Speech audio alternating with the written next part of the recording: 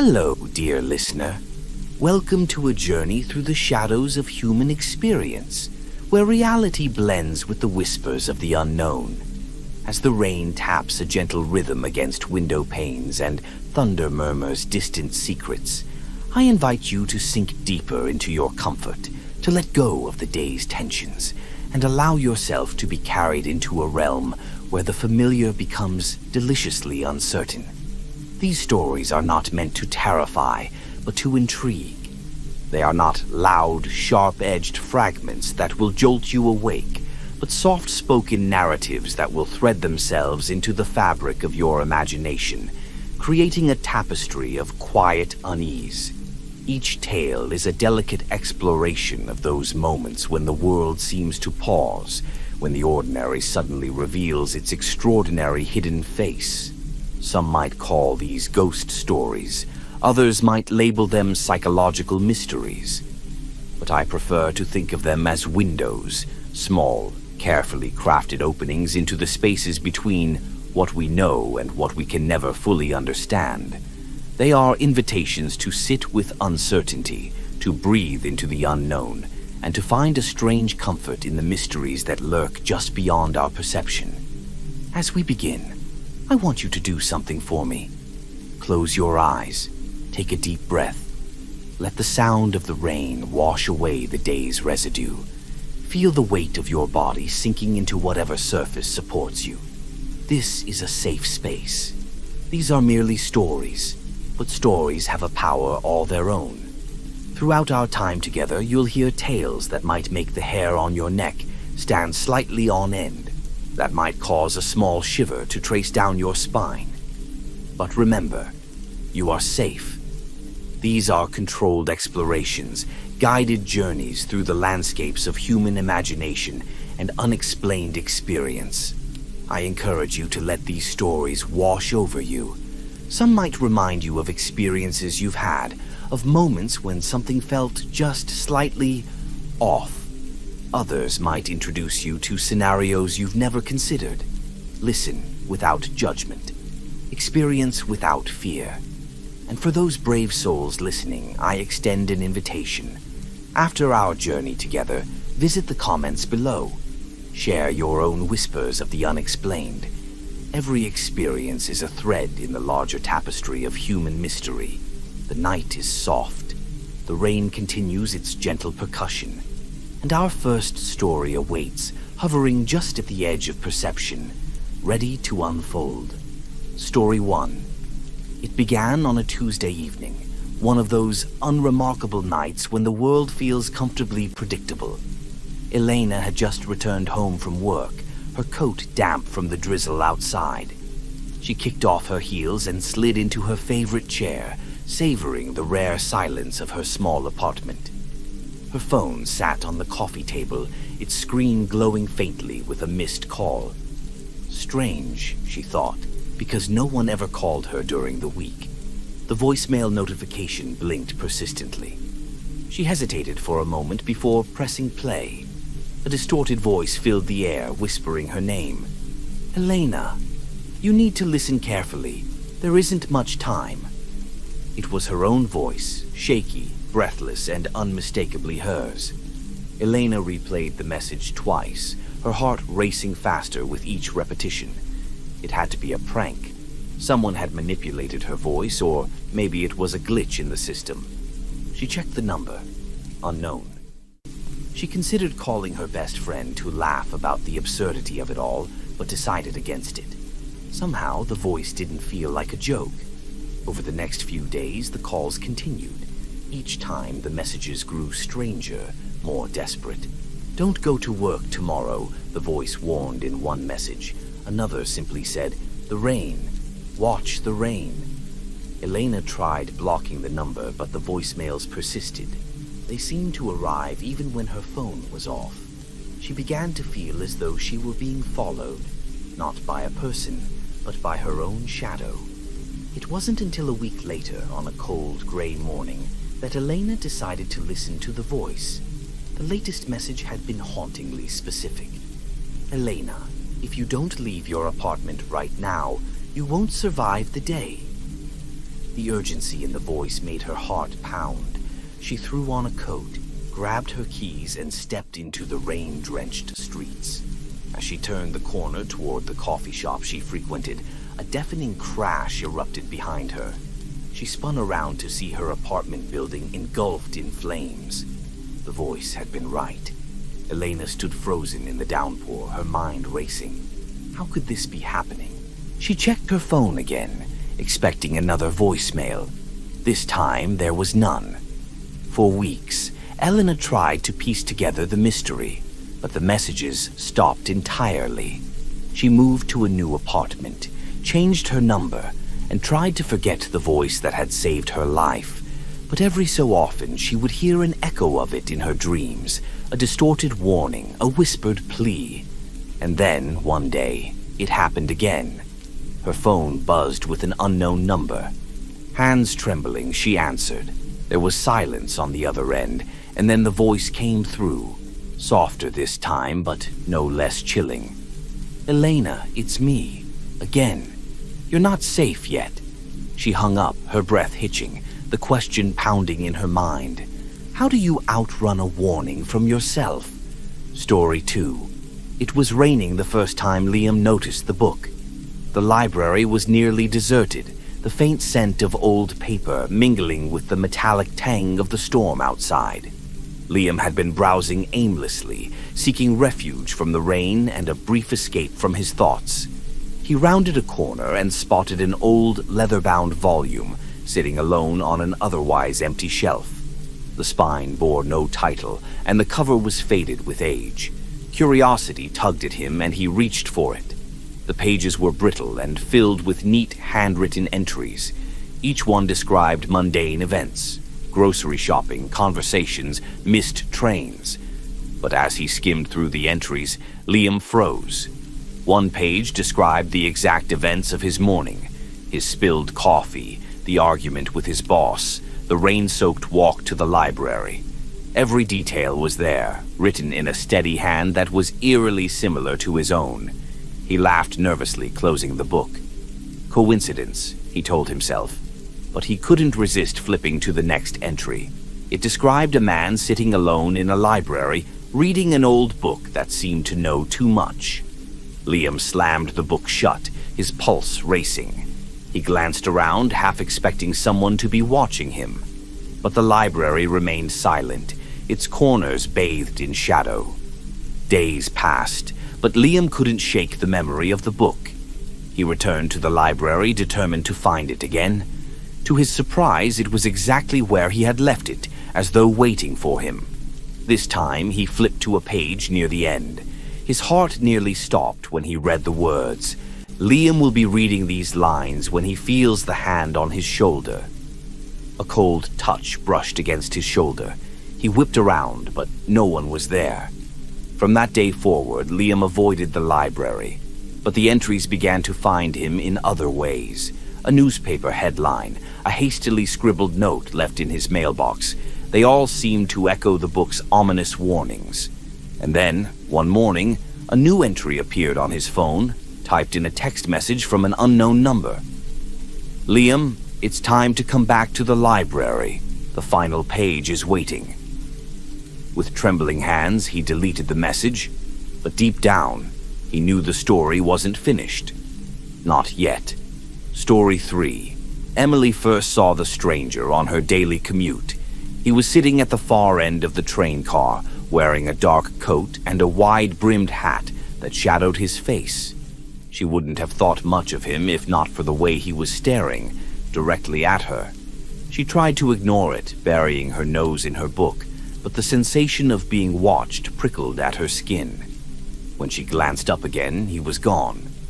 The train screeched to a halt at the next station, and as the doors hissed open, she spotted him standing on the platform, still watching her. The next day, he was there again. This time, he sat closer. Emily pretended not to notice, but her pulse quickened when he cleared his throat and spoke. "You forgot your umbrella yesterday," he said in a low, gravelly voice. She froze. How could he know that? It had been raining, and she had indeed left her umbrella behind in a cafe. "Excuse me," she managed to stammer. The man smiled faintly, his face partially obscured by the brim of his hat. "Don't worry," he said. "You'll find it tomorrow, by the third booth under the table." He stood abruptly and exited the train before she could say another word. Against her better judgment, Emily returned to the cafe the next day. She told herself it was just to satisfy her curiosity. Sure enough, there it was, her umbrella, exactly where the stranger had said it would be. She felt a chill run down her spine.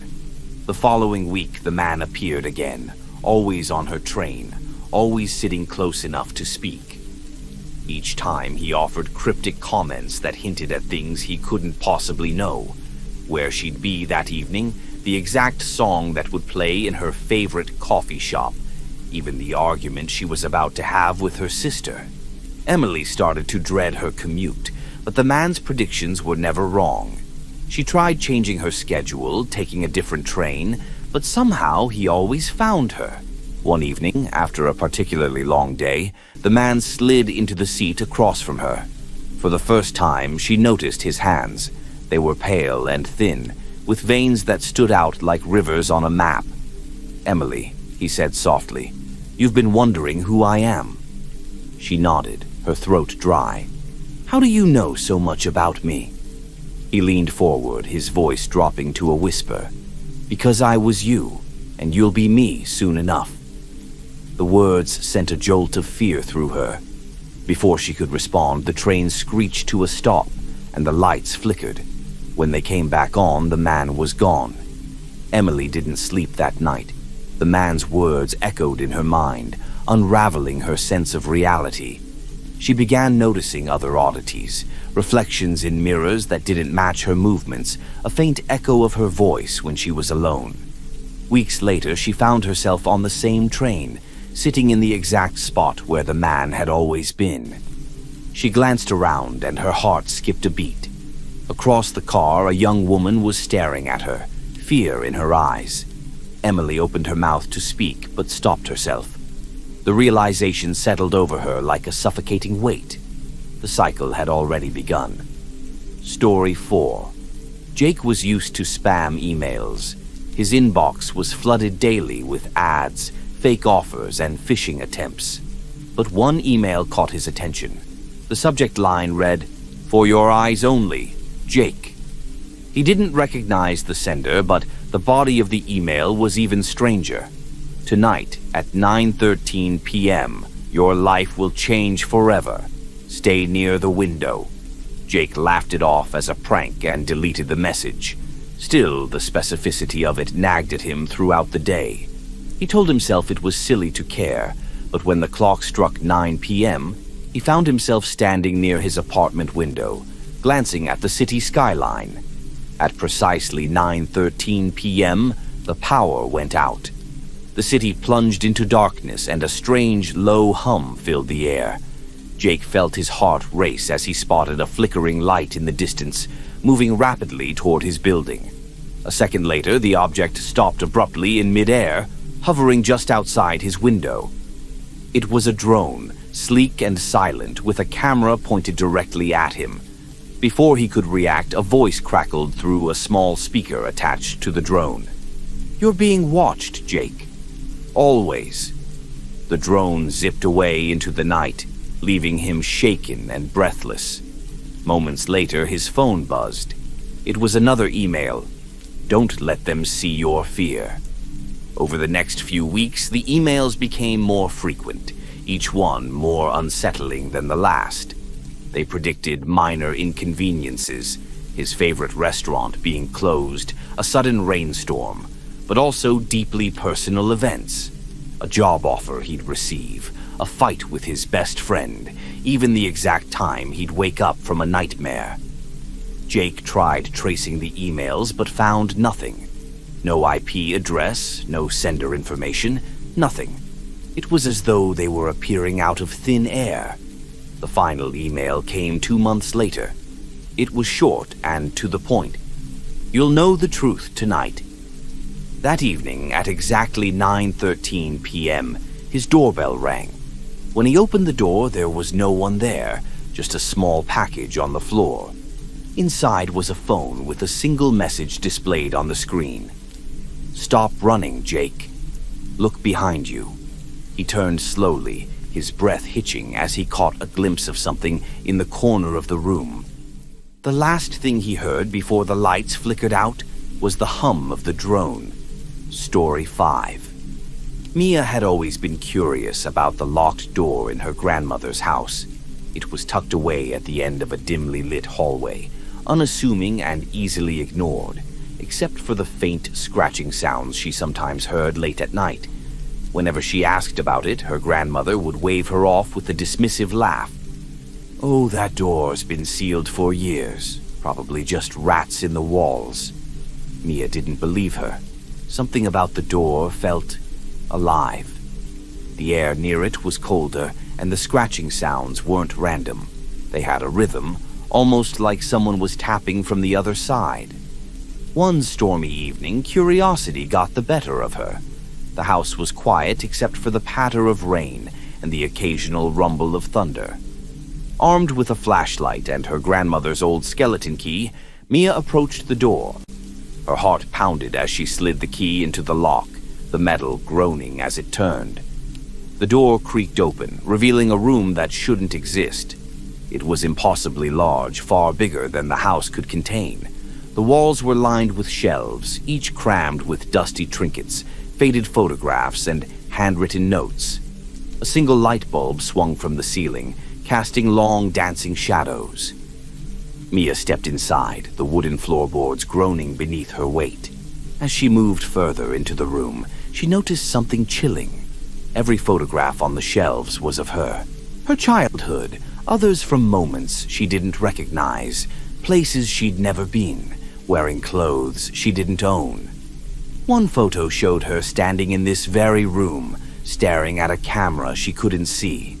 She turned to leave, but the door had vanished. The wall where it had been was now smooth, unbroken wood.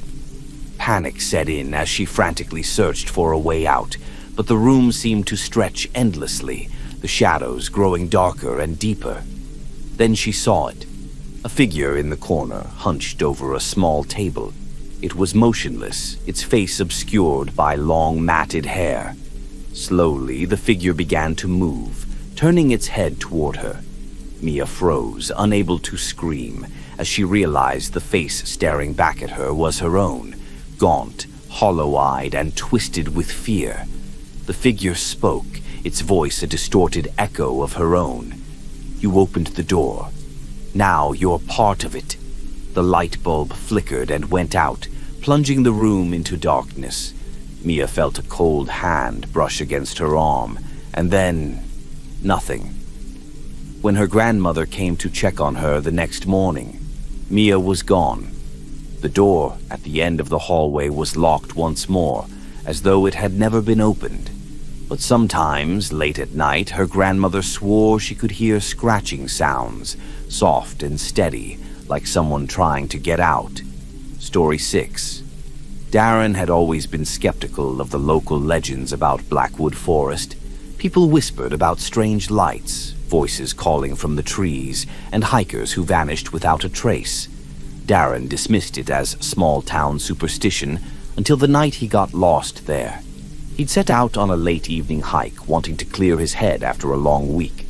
The forest was quiet, the only sounds the crunch of leaves underfoot and the occasional hoot of an owl.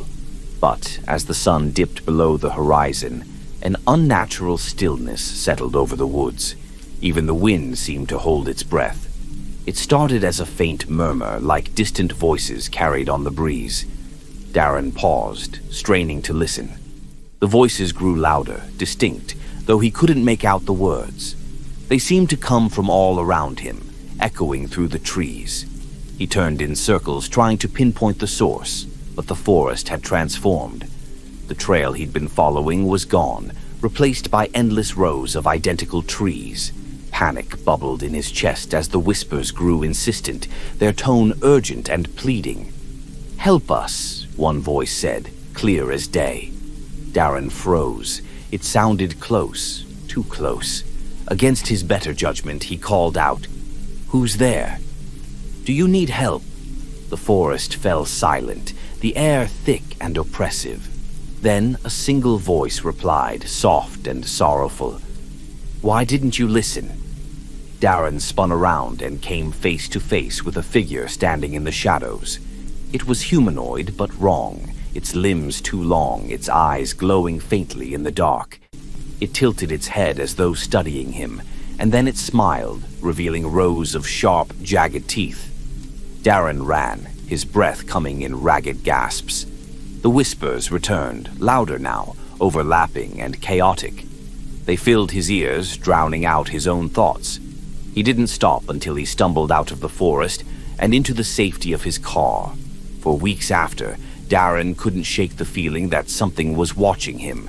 The whispers followed him home, faint but persistent, seeping into his dreams. And one morning, as he glanced at his reflection in the mirror, he noticed something horrifying. His eyes weren't his own anymore. They glowed faintly, just like the creature in the woods. Story 7. Evan found the antique clock in a small, cluttered shop on the outskirts of town. Its ornate brass frame and intricate carvings drew him in, though the shopkeeper's warning should have made him think twice. "This clock doesn't tell time," the old man said, his voice gravelly. "It tells stories, and not the kind you want to hear." Evan laughed, assuming it was a sales gimmick, and bought the clock anyway. He thought it would make a great conversation piece for his apartment. It wasn't until he brought it home that he realized what the shopkeeper meant. The clock didn't chime like a normal clock. Instead, every hour it emitted a faint, whispering sound, as though a crowd of unseen voices were murmuring just beyond hearing. But that wasn't the strangest part. One evening, as Evan sat on his couch, he noticed the clock's hands moving backward, slowly at first, then faster, until they spun wildly in reverse. The room seemed to shift around him, the air growing heavy and cold. When the hands finally stopped, the apartment looked different, older, worn, as though decades had passed in reverse. Evan stood, his heart racing, and noticed something chilling. A photograph on the wall that hadn't been there before. It showed him sitting in the same room, but he was much older, his face gaunt and hollow-eyed. The clock began to whisper again, louder this time. The voice seemed to form words, fragments of sentences that didn't make sense. "It's coming. You can't stop it. You were warned." Over the next few days, Evan tried to ignore the clock, but its whispers grew more insistent. At night, he dreamed of the photograph on the wall, and each time he looked at it, his face seemed to age further. Then, one evening, the clock's hands began spinning backward again, faster than ever. The room darkened and the air grew icy. When the spinning stopped, Evan was no longer in his apartment. He was in the shop where he had bought the clock, but the shopkeeper was gone, and the shelves were empty. The clock's whispering stopped abruptly, replaced by a single echoing voice. Time always collects its debts. Evan was never seen again.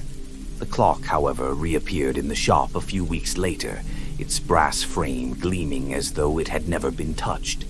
The shopkeeper placed it back on the shelf, smiling faintly as another curious customer entered the store. Story 8. The house at the edge of town had stood empty for years. Local kids told stories about it, how it was cursed, how anyone who went inside never came out. Clara didn't believe in curses, but the house fascinated her. It loomed over the town like a forgotten sentinel, its windows dark and unwelcoming. One gray afternoon, curiosity got the better of her. Armed with a flashlight and a stubborn determination, Clara decided to explore the house. She told herself it was just an old building, nothing more. The front door creaked open with surprising ease, and Clara stepped into a grand foyer. Dust covered every surface, and cobwebs hung from the chandelier like ghostly curtains. She could feel the weight of the house, the silence pressing in on her like a living thing.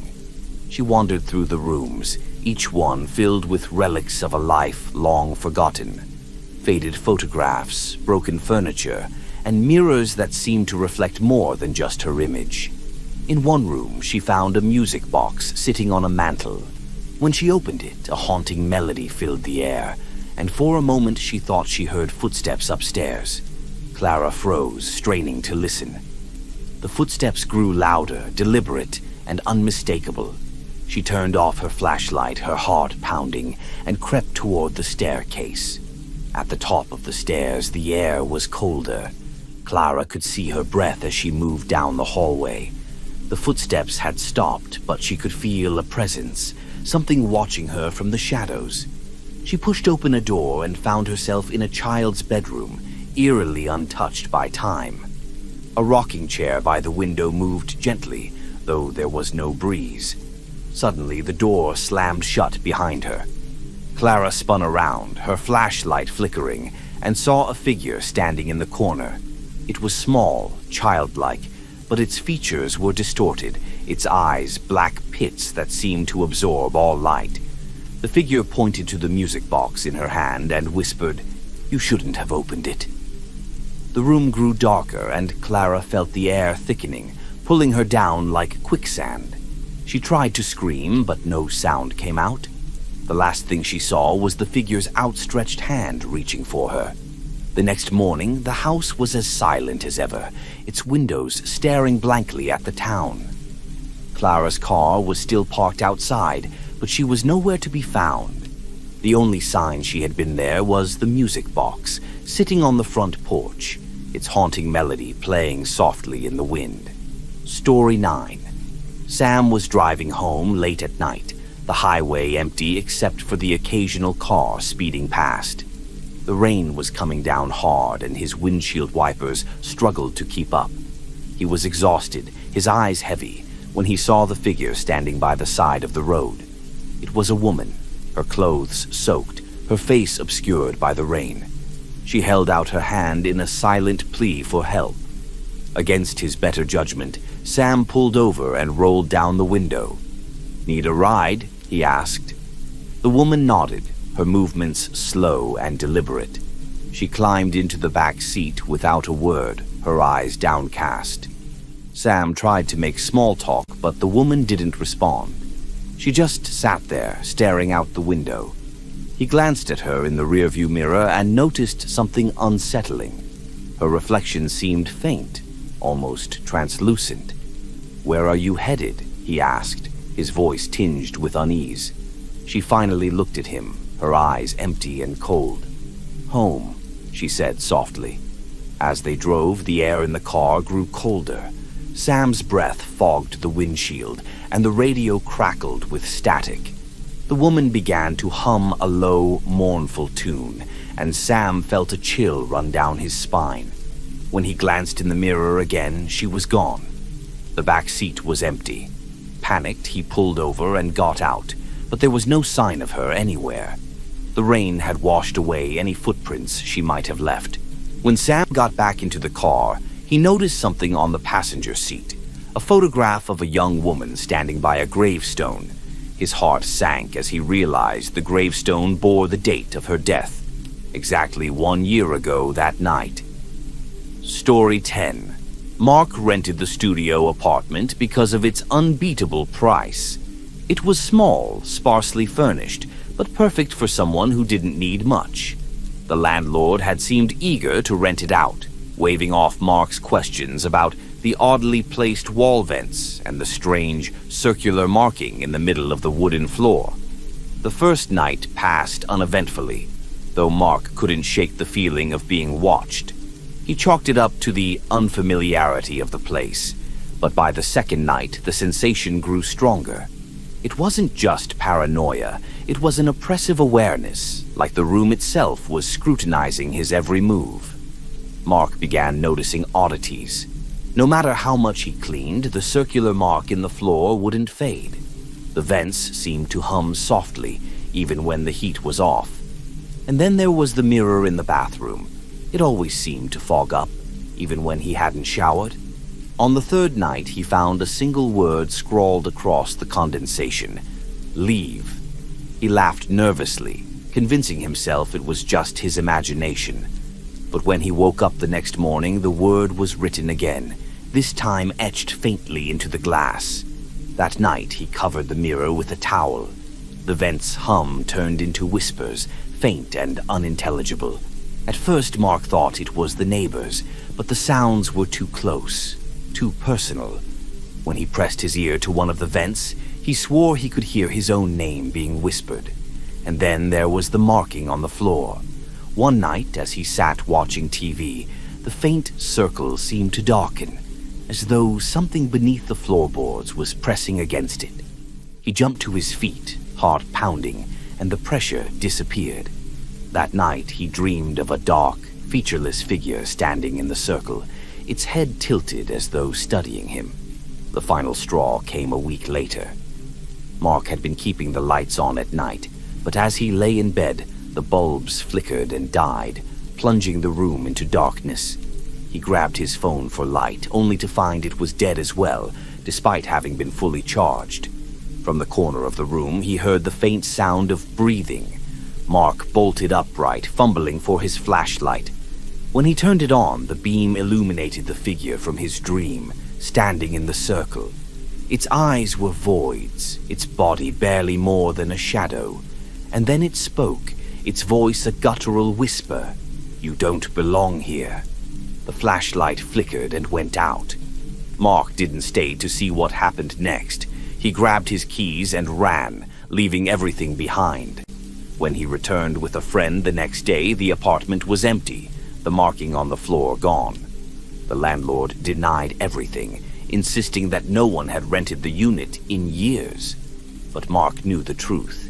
He still felt the eyes of the room watching him, even far from its walls. Story 11. Ella was driving through the countryside when she noticed a sign for a town she'd never heard of. "Welcome to Stillwater, a quiet place to call home." She was lost, and with her GPS malfunctioning, she decided to stop for directions. The town was quaint, almost too perfect. The streets were spotless, lined with white picket fences and flower-filled gardens. Yet something felt off. The place was eerily silent, the air heavy and still. She pulled up to a diner, its neon sign flickering faintly. Inside, a woman stood behind the counter, her smile unnaturally wide. "Welcome," the woman said. "Passing through?" Ella explained she was lost, and the woman's expression faltered for just a moment, her smile twitching. "You shouldn't be here," she said softly, her voice barely above a whisper. Before Ella could respond, a man in a sheriff's uniform entered the diner. "Everything all right, miss?" he asked, his tone calm but authoritative. Ella asintió, aunque la mujer detrás del mostrador evitó su mirada. The sheriff offered to guide her back to the main road. Grateful, Ella followed him. But as they drove, the streets seemed to loop endlessly, the same buildings passing by again and again. Panic set in when she realized the road signs were changing, the arrows pointing in opposite directions, the letters rearranging themselves into strange symbols. Finally, the sheriff stopped his car and walked back to hers. "I tried to warn you," he said, his voice now filled with regret. "But once you enter Stillwater, it doesn't let you leave." Ella's heart raced. "What do you mean? This is some kind of joke, right?" He shook his head. "The town feeds on the lost. It needs you to stay." Before she could respond, he faded before her eyes, his figure dissolving into the air like mist. Ella slammed her foot on the gas, determined to find a way out. But every turn brought her back to the town square, where the same people stood frozen, their faces blank and expressionless. She parked her car and ran, desperate to escape. But the further she went, the more the town seemed to close in around her. The streets stretched and twisted unnaturally, the buildings warping as though they were alive. Hours later, exhausted and defeated, Ella returned to the diner. The woman was still there, her smile as wide as ever. "Told you," she said. "You shouldn't have come." Ella's car was never found, neither was the town of Stillwater. But travelers still whisper about the sign that appears on misty nights, offering a quiet place to call home. Story 12. Rachel had never paid much attention to the antique mirror that hung in her grandmother's attic. It was enormous, its silver frame tarnished and ornate with carvings of twisting vines. She had passed by it dozens of times while rummaging through boxes, but one evening, as the setting sun cast a dim orange glow across the room, she noticed something peculiar. Her reflection didn't quite match her movements. She stepped closer, tilting her head slightly to the right. The reflection moved slower, lagging behind. She raised her hand. The reflection mirrored her, but not perfectly. It was subtle, just enough to feel wrong. Rachel brushed it off, convincing herself she was tired. But as the days passed, the mirror seemed to demand her attention. Its surface would catch the light in strange ways, almost shimmering, and she couldn't shake the feeling that something was watching her from within. One night, curiosity got the better of her. She climbed back into the attic, flashlight in hand, and stood before the mirror. "Hello," she said, half laughing at herself. Her reflection stared back, its expression identical. But when she turned to leave, the reflection stayed, watching her retreat. Rachel froze, her heart pounding. Slowly, she turned back to face the mirror. The reflection smiled, a sinister, knowing smile that didn't belong to her. Panicked, she covered the mirror with an old sheet and fled the attic. But the image haunted her dreams that night.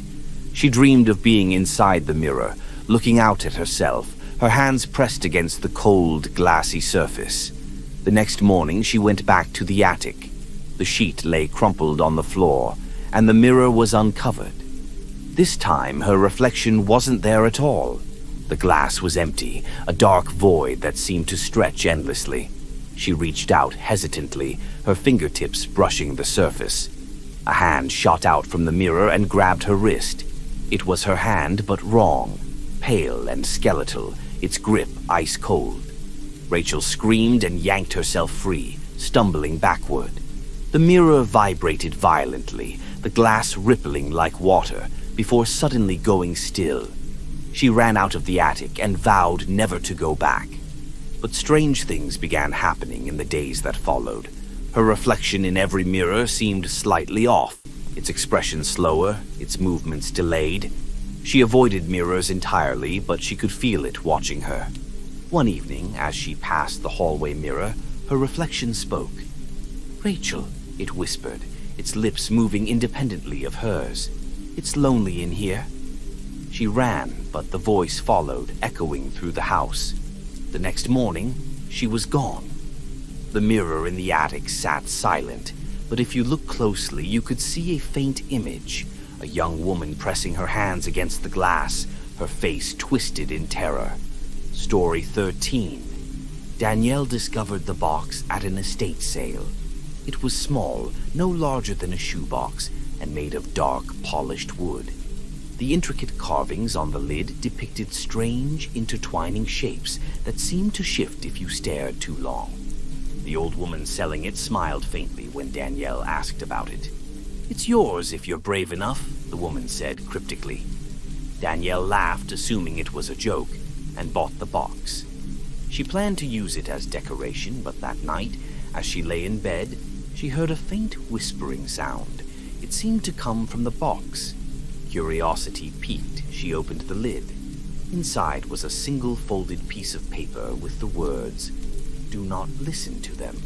She laughed nervously and set the box aside, but the whispering grew louder as the night wore on. It was subtle at first, like the rustle of wind through leaves, but soon it formed distinct voices, soft, insistent, and impossible to ignore. "Danielle," they called, her name spoken in overlapping tones. "Open the box."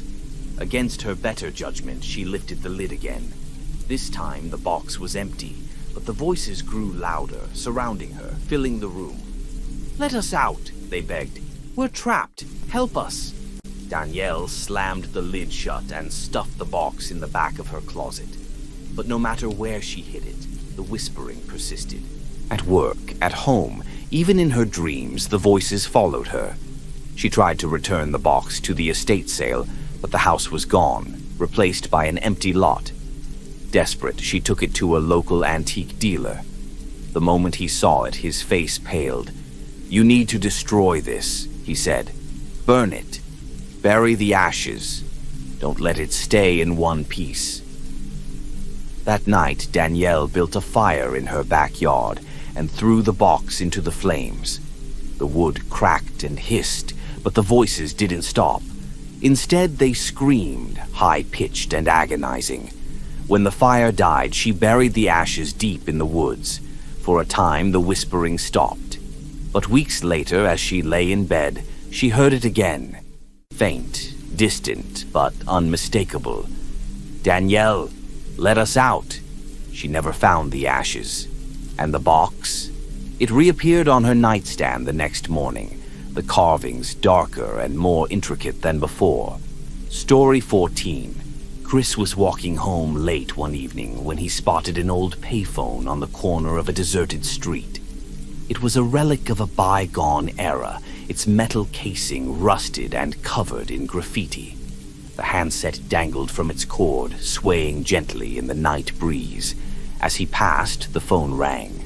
Chris froze, glancing around. The street was empty, the buildings dark. He hesitated, then picked up the receiver. "Hello?" he said, his voice tinged with unease.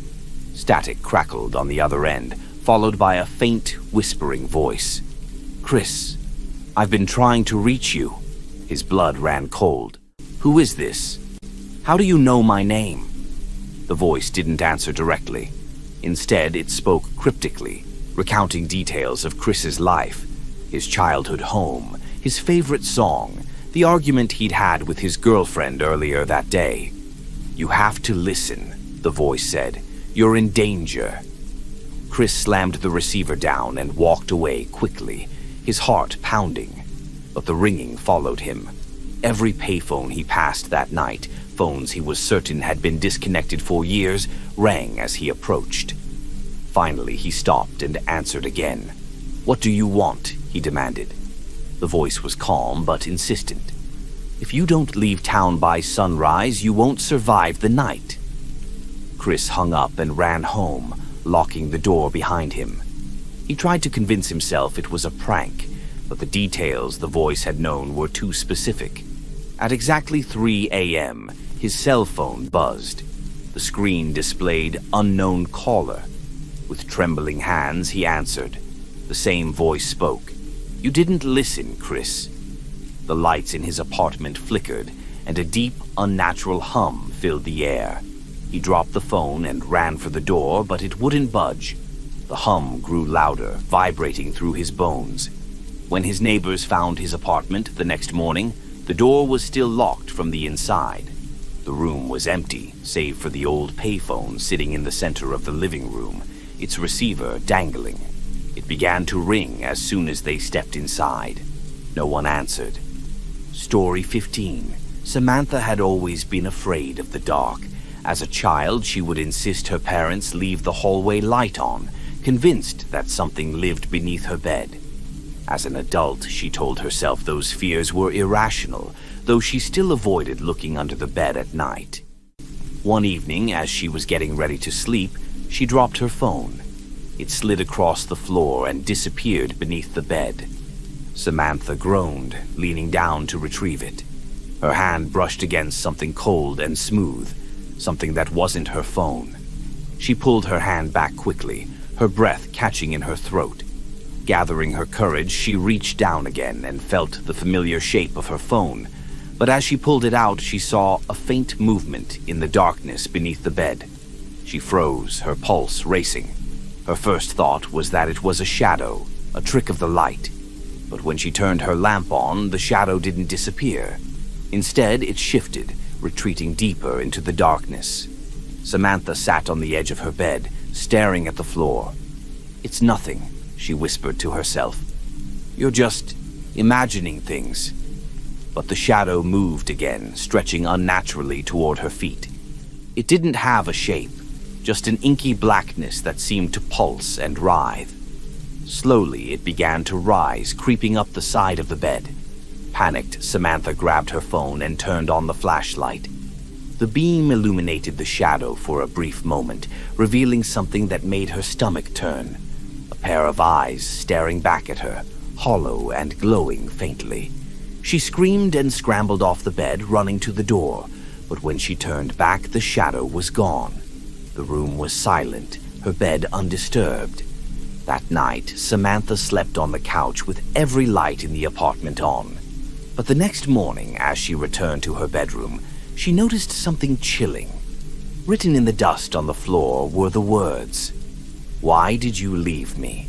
The shadow didn't appear again for weeks, but Samantha couldn't shake the feeling that it was still there, watching her from the corners of her vision. And every night as she lay on the couch, she heard faint whispers from her bedroom, soft, pleading, and impossible to ignore. Story 16. Aaron was heading home late one night after a long shift at work. The elevator in his apartment building was ancient, its buttons worn smooth and its metal walls covered in scratches. He pressed the button for his floor and leaned against the wall, exhausted. The elevator began to move, but instead of stopping at his floor, it kept going. Aaron frowned, watching as the numbers climbed higher than the building's top floor. When the display reached 13, the elevator shuddered to a halt. The doors slid open to reveal a hallway bathed in dim, flickering light. Aaron hesitated, stepping cautiously out. The air was cold, carrying a faint metallic smell. The hallway was lined with doors, each one slightly ajar. As Aaron walked, he noticed strange noises coming from behind them. Whispers, muffled cries, and a faint, rhythmic tapping. He called out, but his voice echoed back unanswered. At the end of the hall was a single door, its surface pristine compared to the others. Aaron's hand trembled as he pushed it open. Inside was a small, windowless room. In the center stood a table with a single item resting on it. A photograph of himself taken that very night. The elevator doors slammed shut behind him, and the lights in the hallway went out. Aaron ran back, fumbling for the button, but the elevator wouldn't respond. The whispers grew louder, closing in around him. Finally, the elevator doors creaked open, revealing his apartment floor. Aaron stumbled out, gasping for breath, and turned to look back. But the elevator was gone, replaced by a blank wall. That night, as he lay in bed, he received a text from an unknown number. It was a photo of him standing in the hallway, looking at the photograph. Beneath it were 3 words, "See you soon." Story 17. Julia's new apartment came with an incredible view of the city. Floor-to-ceiling windows stretched across the living room, offering a panorama of glittering lights and bustling streets below. She loved the openness, the way the space felt connected to the world outside. But that changed the first night she noticed the figure. It was raining, and the glass reflected dim light from the room. As Julia sat on the couch, scrolling through her phone, she glanced up and froze. A dark silhouette stood outside on the narrow balcony, motionless and staring straight at her. She blinked, her heart pounding. No one should have been there. Her apartment was on the 14th floor. When she looked again, the figure was gone, as though it had never been there. Julia tried to convince herself it was a trick of the rain and shadows, but over the next few nights the figure appeared again, always at the edge of her vision. Sometimes it stood perfectly still, its head tilted slightly as if observing her. Other times she thought she heard faint tapping on the glass. One night she mustered the courage to confront it. Armed with a flashlight, she stepped onto the balcony. The rain had stopped and the city stretched out before her, silent and vast. There was no sign of anyone. She sighed in relief and turned to go back inside. That's when she saw the wet footprints leading from the balcony door to her couch. Julia locked herself in her bedroom, her mind racing. She called the building manager, but he dismissed her concerns. "No one can access your balcony," he said. "It's impossible." The next morning, she found smudges on the inside of the living room window, as though someone had pressed their hands against the glass. And on the coffee table, a single word was written in condensation: "Look." That night, Julia left every light on. At exactly midnight, she heard it, the unmistakable sound of a window sliding open. Her bedroom door creaked as she held her breath, listening. And then, just outside her locked door, came the sound of slow, deliberate footsteps. When the police arrived the next day, they found no sign of forced entry. But Julia was gone. Her apartment was undisturbed except for the glassy footprints leading from the balcony to the bedroom, and the word "gone" scrawled on the inside of the living room window. Story 18. Tom was used to taking the late-night train home. The car was usually empty, save for a few tired commuters, but this night felt different. The air was colder and the train car was unusually quiet. Even the hum of the engine seemed muted. At the next stop, a man in a long coat and hat boarded. He sat at the far end of the car, his face hidden in shadow. Tom felt the man's gaze on him, though the stranger never moved or spoke. The train rolled forward, but the lights in the car flickered. When they came back on, the man was gone. Tom looked around, confused. The train hadn't stopped again, and there was nowhere for the man to have gone. He chalked it up to exhaustion and leaned back in his seat, staring out the window at the dark tunnels rushing by. But then he noticed something unnerving. The stops weren't changing. The train was speeding past stations, the same names flashing on the signs over and over again. When he checked his watch, he realized it had stopped ticking. Panic set in as Tom realized he had been riding for hours. The train car grew colder, and shadows seemed to gather in the corners. He stood and approached the driver's cabin, but the door was locked. He pounded on it, shouting, but no one answered. When he turned around, the man in the long coat was sitting in his original seat, staring at him. "You shouldn't have stayed," the man said, his voice low and hollow. "You should have gotten off when you had the chance." The train screeched to a halt, throwing Tom to the floor. When he looked up, the man was gone again. The doors hissed open, revealing a platform bathed in dim, flickering light. A sign above the exit read, "End of the line." Tom stepped out cautiously, but the platform was empty. The train pulled away, its lights vanishing into the darkness, leaving him alone.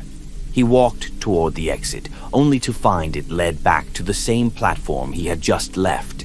The sound of another train grew louder in the distance. As it approached, Tom saw the man in the long coat standing on the tracks, his hand outstretched as if beckoning. The train didn't slow, and Tom realized too late that it wasn't a train at all. It was a wall of darkness rushing toward him. The next morning, the late-night train arrived at its final stop, empty except for a single coat draped neatly over one of the seats. The conductor claimed the train had never been delayed. Story 19. Claire had always loved her little house in the countryside. It was quiet, surrounded by rolling fields and distant woods. But one night, as she was brushing her teeth, she noticed something strange in the hallway mirror, a reflection of a door that didn't exist. She turned to look, her heart skipping a beat. The wall was blank, as it had always been. But when she looked back in the mirror, the door was still there, a plain wooden door with a tarnished brass handle. Telling herself it was just a trick of the light, Claire went to bed. But at exactly midnight, she woke to the sound of creaking hinges. Her heart pounded as she stepped into the hallway. To her horror, the door was there now, standing solidly in the middle of the wall where no door should have been. Curiosity warred with fear as she approached it. She pressed her ear against the wood, straining to hear.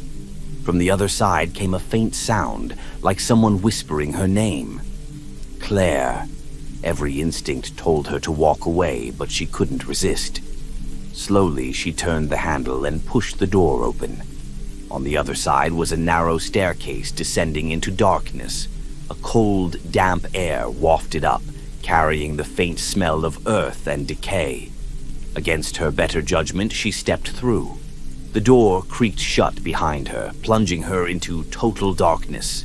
Her phone flashlight barely pierced the gloom as she descended. The whispers grew louder, overlapping into a cacophony of voices. At the bottom of the stairs, she found herself in a room filled with old, dusty furniture and broken mirrors leaning against the walls. In the center of the room was a single chair, and on it sat a figure cloaked in shadows. "Why did you come here?" the figure asked, its voice hollow and distorted. Claire tried to respond, but her voice caught in her throat. The figure stood slowly, its movements unnatural, and began to approach her. Panicking, she turned and bolted up the stairs. The whispers turned into screams, and the air grew heavier with each step. When she reached the top, the door slammed shut behind her. She was back in her hallway, trembling and gasping for breath. The door was gone, as though it had never been there. The next day, she found scratch marks on the wall where the door had been, deep grooves that hadn't been there before. And at night, as she tried to sleep, she swore she could hear faint footsteps pacing just outside her bedroom door. Story 20. Elliot loved tinkering with old electronics. His latest find was an antique radio he'd picked up at a flea market. It was a beautiful piece, its wooden casing polished and its dials smooth under his fingers. The seller had warned him it didn't work, but Elliot was confident he could fix it. That night, as he worked in his dimly lit workshop, the radio crackled to life. Static filled the room, followed by faint voices. He leaned closer, twisting the dials. The voices grew clearer, though they didn't sound like a regular broadcast. "Elliot," a voice said, soft and distorted. "You're listening, aren't you?" Startled, Elliot yanked his hand back. The static returned, but the voice persisted, growing louder. "You shouldn't have turned it on." He turned the radio off, but the voice didn't stop. It filled the room, echoing from every corner. "Elliot, we've been waiting for you." Panicked, he unplugged the radio, but it stayed on, the dial glowing faintly. The voice changed, becoming multiple voices overlapping, whispering things he couldn't quite understand. Then, amidst the chaos, one phrase came through clearly. "Look behind you." Elliot spun around, but the room was empty. He turned back to the radio, and the voices were gone. Shaking, he carried the radio to the basement and locked it away. But the next morning, it was back on his workbench, pristine and polished as if it had never been moved. The dial glowed faintly, and a single message was etched into the wood. "We're not done yet." That night, the voices came back, louder and more insistent. They recited moments from Elliot's life, things no one else could know. He smashed the radio with a hammer, its pieces scattering across the floor. But when he woke up the next morning, the radio was whole again, waiting for him, the dial glowing faintly. This time, the voices were inside his head. Story 21. Jack loved camping. He found solace in the quiet of the forest, away from the constant hum of the city. One weekend, he decided to explore a new trail deep in the mountains, setting up his tent in a small clearing surrounded by towering pines. The first night was peaceful, the air filled with the sounds of rustling leaves and distant owls. But on the second night, Jack woke to an eerie silence.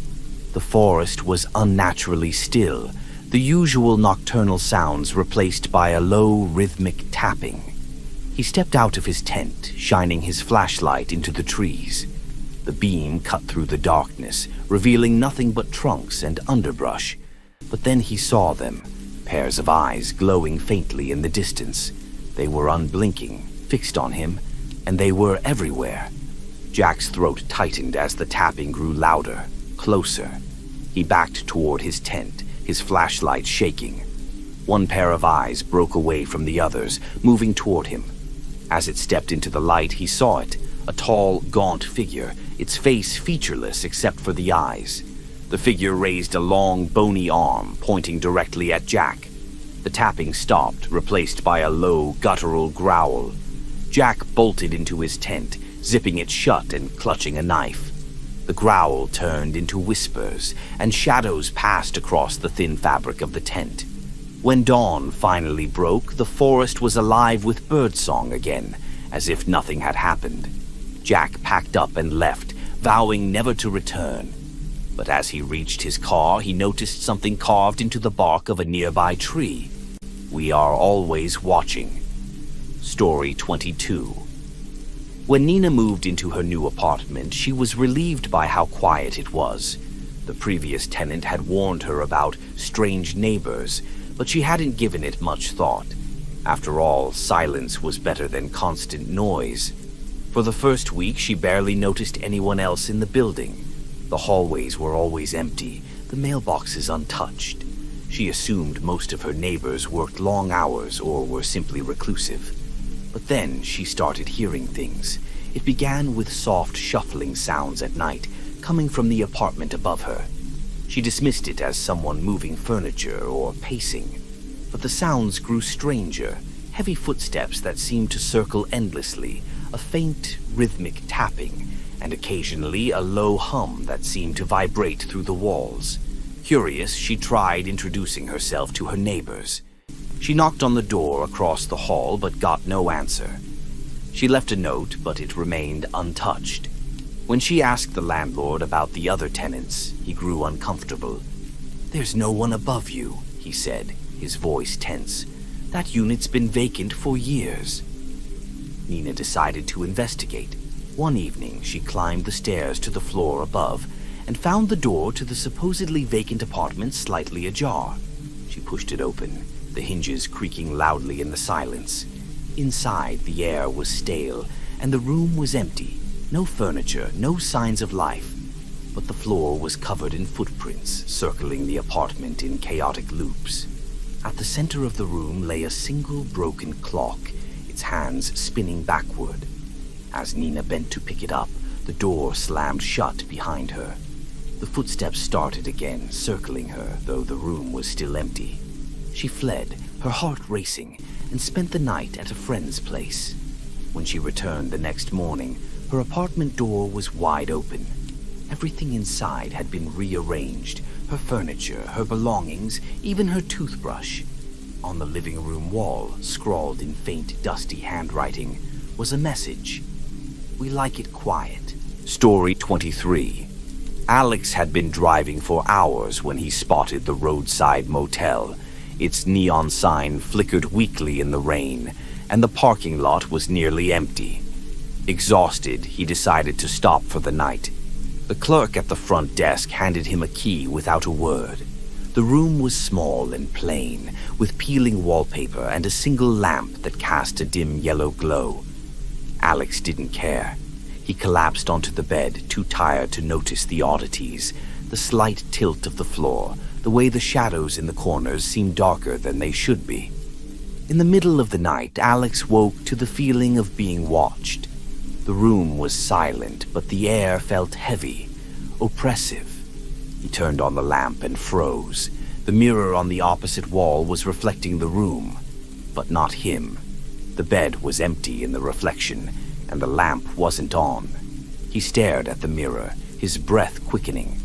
Then, slowly, a figure appeared in the reflection. It stood at the foot of the bed, its face obscured, its head tilted as though studying him. Alex spun around, but the room was empty. Panicking, he grabbed his things and fled to the front desk. The clerk was gone, and the lobby was eerily silent. When he looked back at the parking lot, his car was gone too. He returned to the room only to find it completely empty. No bed, no lamp, just 4 blank walls. And on the mirror, written in condensation, were the words, "You can't leave now."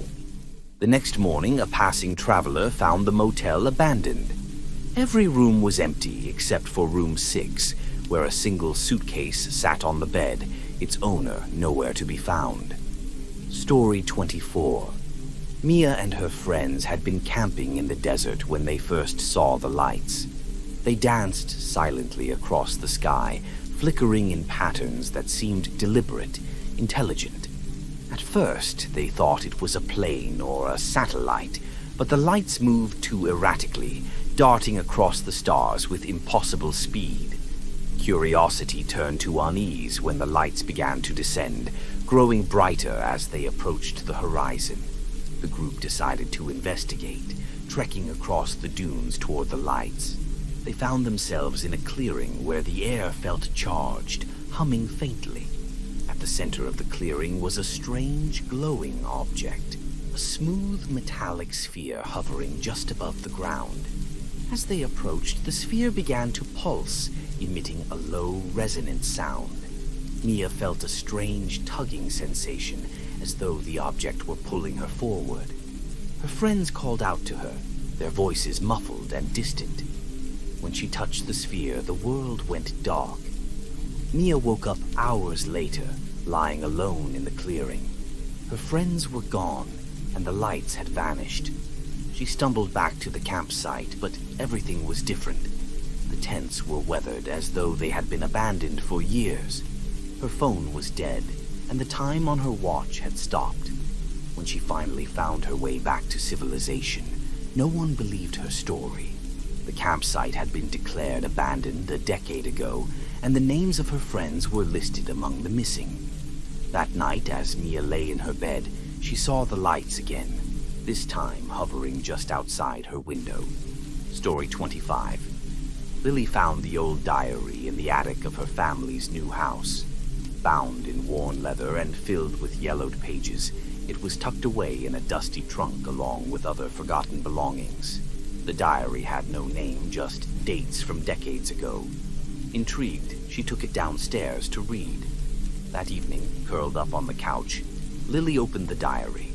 The entries were mundane at first, notes about the weather, daily chores, occasional mentions of visitors. But as she flipped further, the tone changed.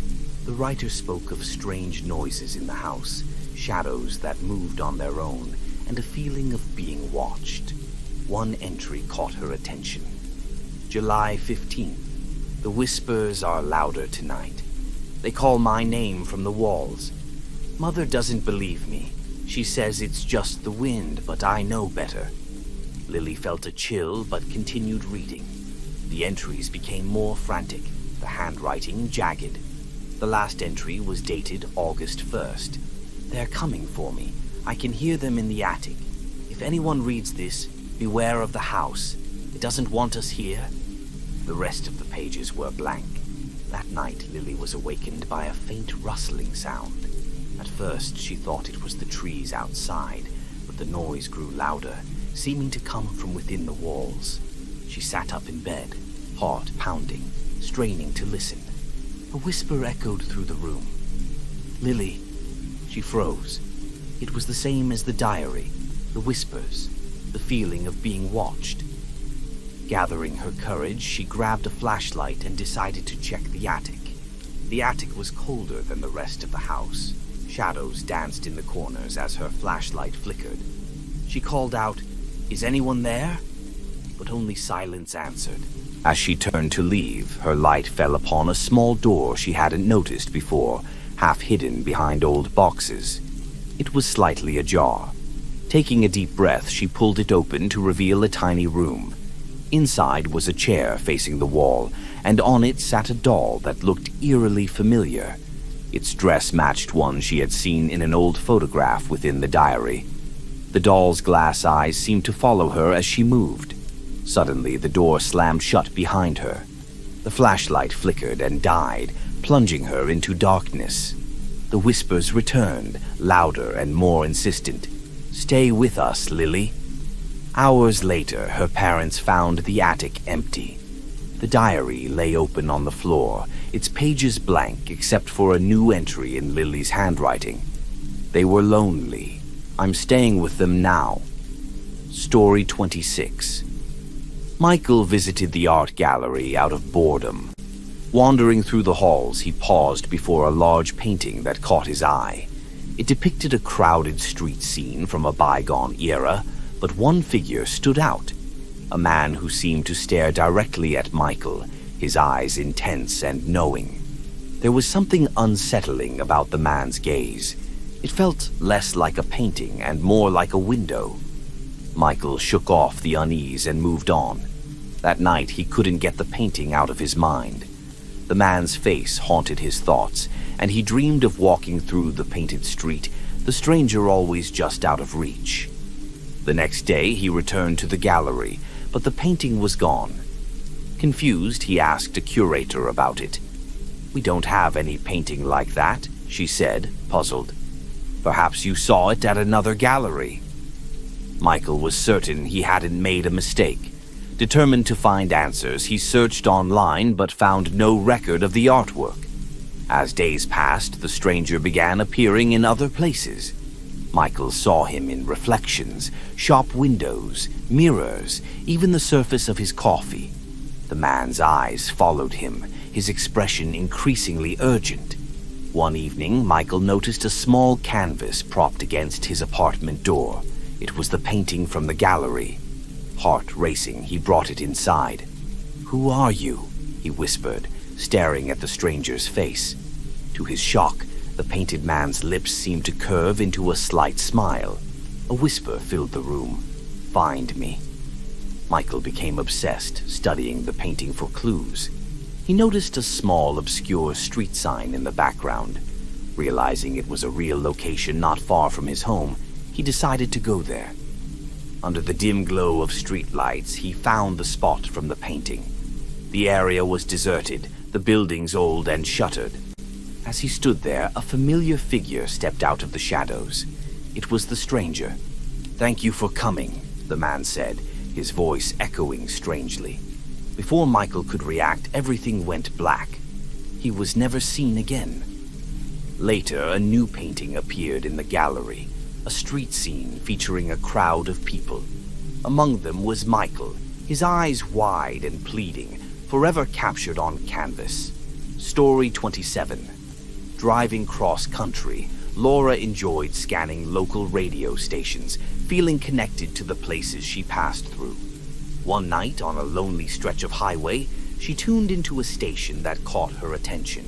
The frequency was 12.3 FM, a channel she didn't think existed. The music was haunting, a slow, melancholic melody that seemed familiar yet unplaceable. Between songs, a soothing voice spoke. "Welcome, traveler. You're not far now." She smiled, assuming it was a niche station catering to late-night drivers. As she continued, the signal grew stronger. The voice returned. "Just ahead, there's a place to rest. We've been waiting for you, Laura." Her grip tightened on the steering wheel. She hadn't told anyone her name since checking into a motel hours earlier. She changed the station, but every frequency was the same. Static, then the voice. "Don't be afraid. Join us." Panic set in. She turned off the radio, but the music continued to play, the volume increasing. The headlights flickered and the car began to slow down on its own. The car rolled to a stop in front of an old, dilapidated gas station. The lights inside flickered weakly. With no other options, Laura decided to seek help. Inside, the air was stale, and the place seemed abandoned. An old radio sat on the counter, playing the same haunting song. "Hello," she called out. No response. The radio crackled and the voice whispered, "Welcome home, Laura." She backed away, but the door slammed shut. The lights went out and the music swelled, surrounding her. Days later, her car was found abandoned on the side of the highway. There was no sign of Laura, but every radio in the area occasionally played a haunting melody, followed by a soft voice asking, "Have you seen Laura?" Story 28. Ethan loved collecting vintage photographs from thrift stores and antique shops. One day, he stumbled upon an old black and white photo of a family standing in front of a farmhouse. Something about it drew him in, so he bought it and took it home. He displayed it on his mantle, admiring the nostalgic scene. But over the next few days, he noticed subtle changes in the photograph. The family's expressions shifted from neutral to somber. The sky, once clear, grew dark and filled with storm clouds. Curious and unsettled, Ethan examined the photo closely. In the background, he noticed a figure that hadn't been there before. a man standing at the edge of the trees, partially obscured by shadows.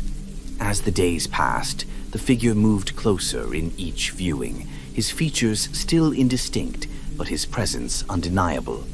The family's expressions turned to fear, their eyes seemingly pleading with Ethan. One night he heard faint whispers in his home. The voices seemed to come from the direction of the photograph. Determined to solve the mystery, Ethan researched the farmhouse. He discovered that the family had disappeared without a trace in the 1920s. Locals believed the land was cursed. Returning home, he found the photograph had changed again. The family was gone, and the figure stood alone in front of the house, facing outward as if looking directly at Ethan. The whispers grew louder. "Set us free." Realizing the photograph was a gateway or a trap, Ethan decided to destroy it. He threw it into the fireplace and watched as the edges curled and blackened. For a moment he thought he saw faces in the flames, mouths open in silent screams. Once the photo was reduced to ashes, the house fell silent. But that night, as he prepared for bed, he found a new photograph on his pillow. It was an image of his own home, and in the window stood the shadowy figure, closer than ever. Story 29. Walking home one evening, Ben took a shortcut through a quiet neighborhood. As he passed a storm drain, he heard a faint voice calling for help. "Is someone there?" he asked, kneeling by the grate. "Please," the voice whispered. "I'm trapped. Can you help me?" He couldn't see anyone below, just darkness. "How did you get down there?" Ben questioned. "There's no time," the voice insisted. "They're coming back. Please don't leave me." Determined to assist, Ben looked for a way to remove the grate, but couldn't budge it. "I'll call for help," he said. "No," the voice exclaimed urgently. "They'll hear us. You have to get me out now." Before Ben could respond, a cold breeze swept through the street, and the air grew heavy with an unpleasant odor. A low hissing sound emerged from the drain. "They're here," the voice whispered, now filled with dread. "It's too late." A shadow moved beneath the grate, and Ben felt an overwhelming sense of dread.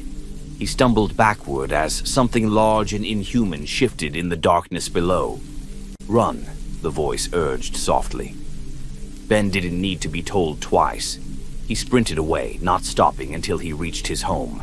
That night, he couldn't shake the feeling of being watched. Over the next few days, Ben avoided the area but couldn't escape the memory. One evening, he found a note slipped under his door. "You left me. Now they're coming for you." He began hearing whispers from the drains near his home, soft at first, but growing louder. Shadows moved in his peripheral vision, and the hissing sound haunted his nights. Ben realized that whatever was beneath the streets had marked him, and there was nowhere left to run. Story 30. On a solo sailing trip, Jenna was caught in an unexpected storm. Battling the fierce waves, she lost consciousness. When she awoke, she found herself washed ashore on a small, uncharted island. The island was lush but eerily quiet. As she explored, she called out for help, but her voice seemed swallowed by the thick air. Determined to find a way off, she searched for higher ground. Reaching a hilltop, Jenna was startled to hear her own voice echoing back, but the words were ones she hadn't spoken. "Why did you come here?" Confused, she called out again. This time, the echo responded differently. "You can't leave." Fear began to creep in. She tried to trace her steps back to the shore, but found the path had changed. Landmarks she'd noted were gone, replaced by unfamiliar terrain. As night fell, whispers surrounded her, all in her own voice, overlapping in a haunting chorus. Desperate, Jenna shouted, "What do you want from me?" The echoes replied in unison, "Stay with us." She covered her ears and ran, but the voices grew louder. The forest thickened around her, branches clawing at her skin. Breaking through the foliage, she stumbled upon a clearing filled with mirrors hanging from the trees. In each reflection she saw herself, but different, altered by time, fear, and despair. One reflection stepped out from the mirror, reaching toward her. "Join us," it whispered. Jenna turned to flee, but found herself surrounded by versions of herself, all with hollow eyes and outstretched hands. The next day, an empty boat washed ashore on a distant mainland. Jenna was never found. Sailors who pass by the island sometimes hear a chorus of voices carried on the wind, all echoing a singular haunting plea. "Help me." As our journey through these unsettling tales draws deeper into the shadows, we find ourselves pondering the thin veil between reality and the unknown. Each story whispers a reminder of the mysteries that linger just beyond our perception, waiting for a curious soul to stumble upon them. Perhaps tonight, as you settle into the comfort of your own surroundings, you'll notice the subtle things, a fleeting shadow, a distant whisper, or a feeling that you're not quite alone. But fear not, for these tales are but echoes of imagination, crafted to stir the mind and gently quicken the pulse. Rest easy, dear listener, and let the remnants of these stories fade into the realm of dreams, where all mysteries eventually find their peace. Story 31. Victor moved into the old apartment building because of its charm and low rent. It was a relic of the 1920s, with its high ceilings, ornate molding, and a sense of faded grandeur. But there was something odd about it. A room with no visible entrance, just smooth, unbroken walls.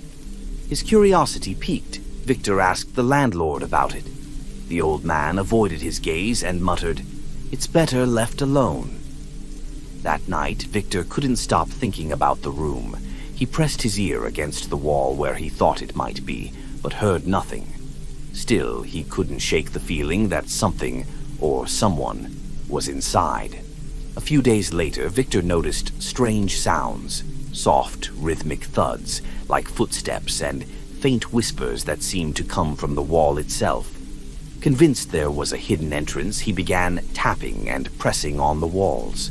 To his surprise, a section of the plaster gave way, revealing a narrow passage. The air that spilled out was cold and musty, carrying the scent of damp earth. Against his better judgment, Victor squeezed through the gap. On the other side was a small, dimly lit room. Its walls were lined with shelves filled with old books, jars, and strange trinkets. A single chair sat in the center, facing a mirror that reflected not the room, but a dark, empty void. Victor's breath caught as the mirror began to change. Shapes moved within the void, indistinct, shifting figures that seemed to press against the glass. One by one, they turned toward him, their hollow eyes locking onto his. A voice echoed in the room, low and distorted. "You shouldn't have come here." Victor stumbled backward, but the passage he'd entered through was gone, replaced by a seamless wall. The figures in the mirror grew clearer, their features grotesque and twisted. One of them reached out, its hand pressing against the glass from the inside. The last thing Victor saw before the mirror shattered was his own reflection, standing among the figures, staring back at him with a haunting smile. When the landlord checked the apartment the next day, Victor was gone. The room with no door remained untouched, its walls smooth and impenetrable once more. But at night, faint whispers could still be heard, as though someone were calling out from within. Story 32. Emma had just finished her shift at the hospital and was walking to her car when she noticed a corridor she didn't remember seeing before. It stretched on for what seemed like forever, dimly lit and eerily quiet.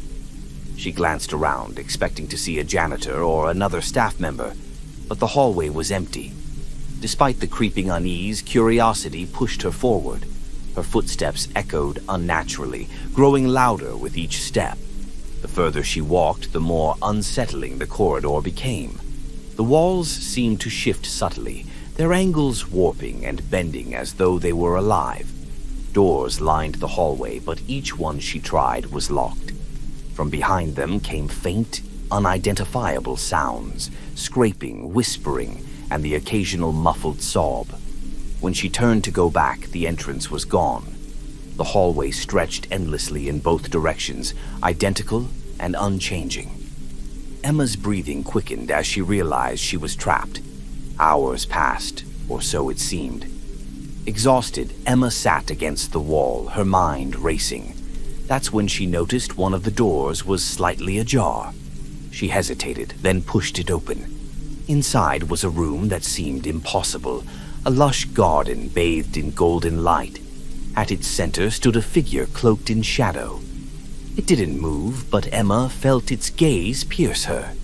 "You've come far," the figure said, its voice soft yet resonant. "But you should not have come at all." Emma tried to back away, but the door slammed shut behind her. The figure stepped closer, and the golden light began to fade, replaced by darkness. The last thing she heard was her own voice, distorted and echoing. "You should have stayed away." The next morning, her co-workers found her car still in the parking lot. Emma was never seen again, but security cameras recorded something strange.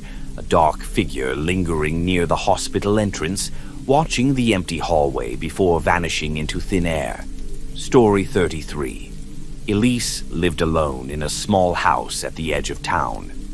She loved the quiet, though it often felt too quiet at night. It was on one of those nights, as she lay in bed staring at the ceiling, that she noticed the shadow. It wasn't hers. It moved independently, shifting along the wall as though cast by something unseen. At first, she thought it was her imagination, but when it stopped and turned toward her, she knew it wasn't. The shadow appeared every night after that, lingering in the corners of her room. It never moved closer, but its presence was palpable, heavy, and oppressive. One night, she built up the courage to speak to it. "What do you want?" she whispered. The shadow didn't respond, but it began to move, stretching upward until it towered over her bed. Its form grew sharper, almost human, but its features were indistinct, a void where a face should have been. A voice echoed in her mind, low and chilling. "I've been waiting for you." Elise fled to the living room, her heart racing. She left all the lights on and stayed awake until dawn. But when she returned to her bedroom, she found a message scratched into the wall above her bed. "You can't escape me." The shadow began to follow her throughout the house. It appeared in mirrors, in the corner of her vision, even in her dreams. No matter how much light she turned on, the darkness found her. One night, she woke to find the shadow sitting on the edge of her bed, its void-like face inches from hers. "It's time," it said. The next morning, Elise's house was empty. Her furniture remained untouched, but her bed was neatly made, with a single black feather resting on the pillow. Neighbors claimed they sometimes saw movement in her windows at night, a tall, shadowy figure pacing back and forth. Story 34. Sam wasn't planning to stop when he saw the carnival lights glowing faintly in the distance. It was late, and the small rural town he was passing through seemed lifeless. But the sight of a carousel spinning under strings of dim bulbs pulled at his curiosity. He parked his car and approached the gates. The air was unnaturally still, the usual sounds of a carnival, laughter, music, voices, conspicuously absent. The ticket booth was empty, but the gate swung open as he pushed it, inviting him in. The rides moved without riders.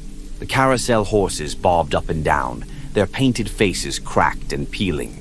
A Ferris wheel creaked slowly, its cars swaying as if weighted by invisible passengers.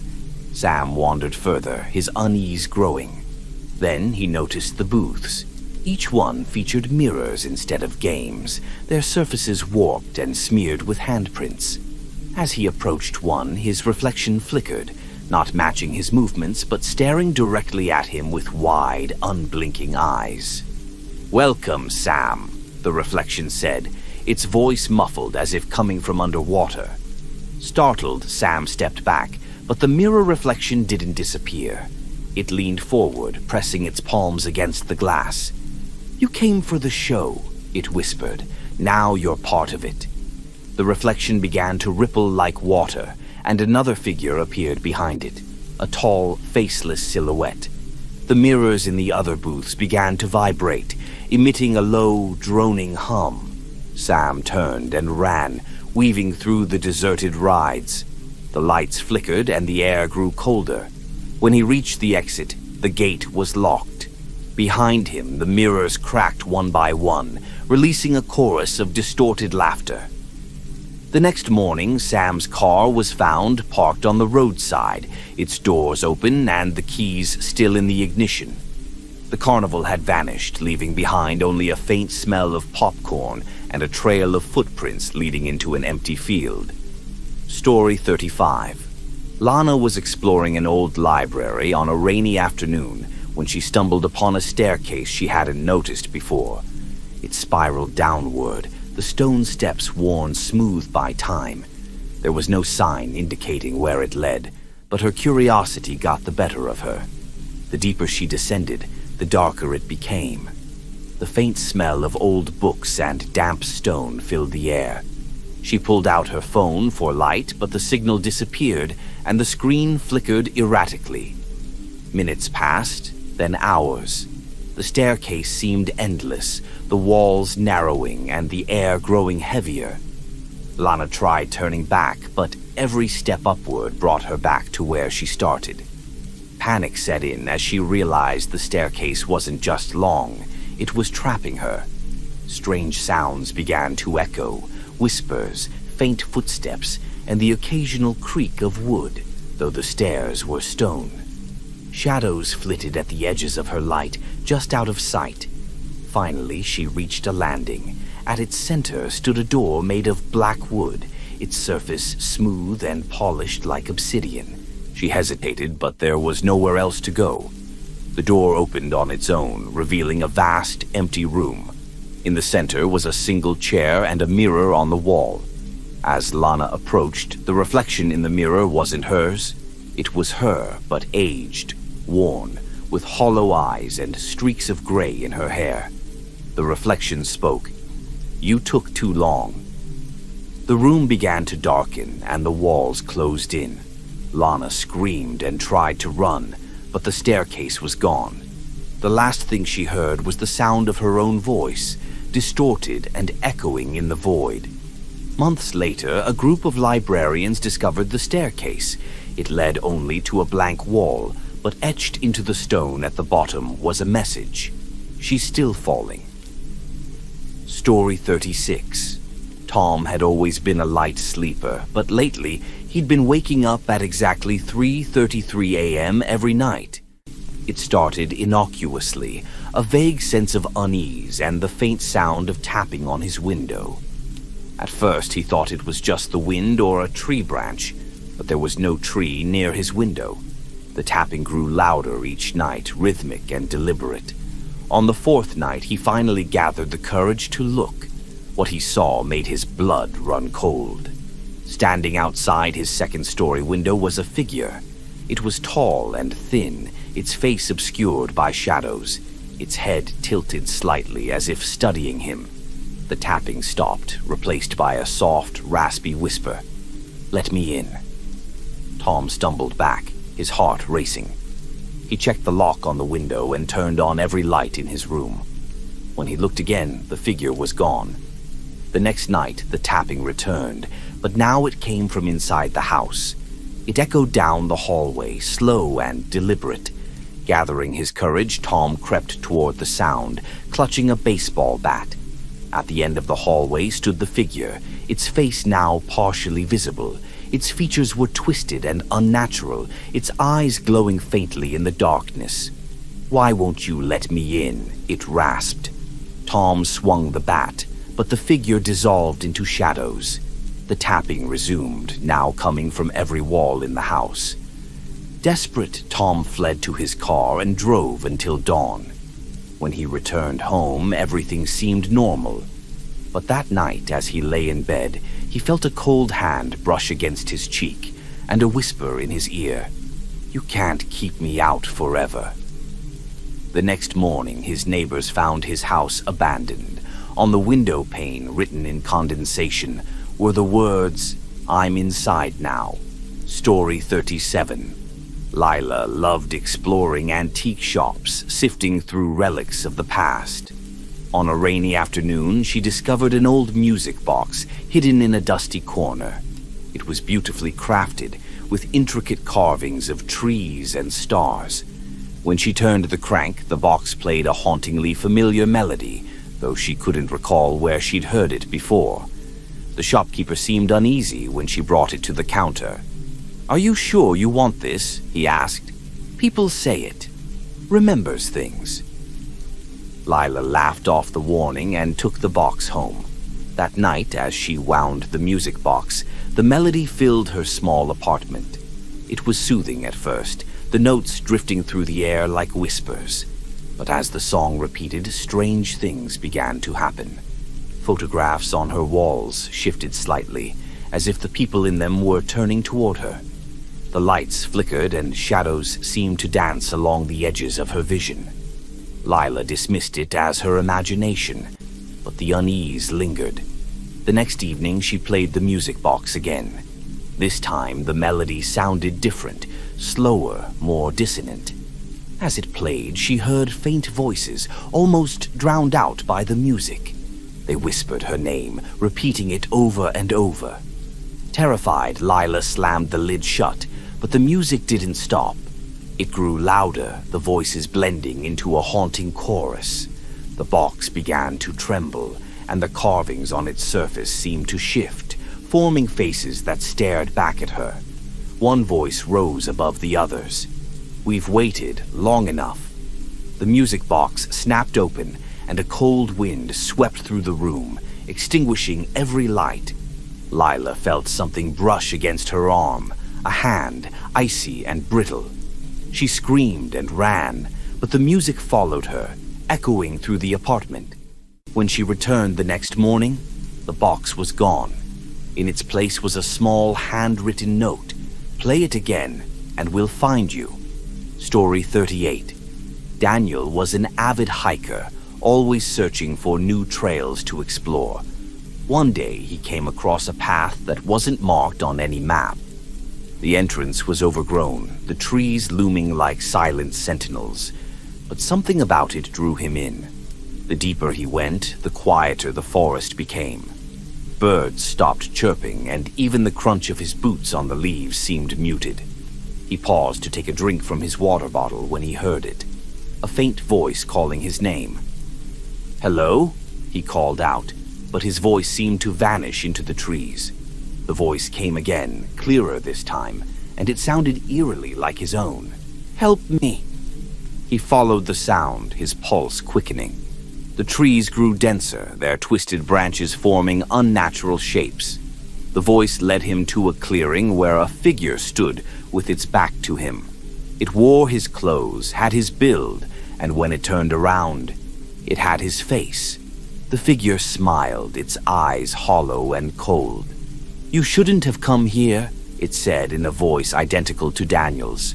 He stumbled backward, but the clearing was gone. The forest closed in around him, the trees whispering his name.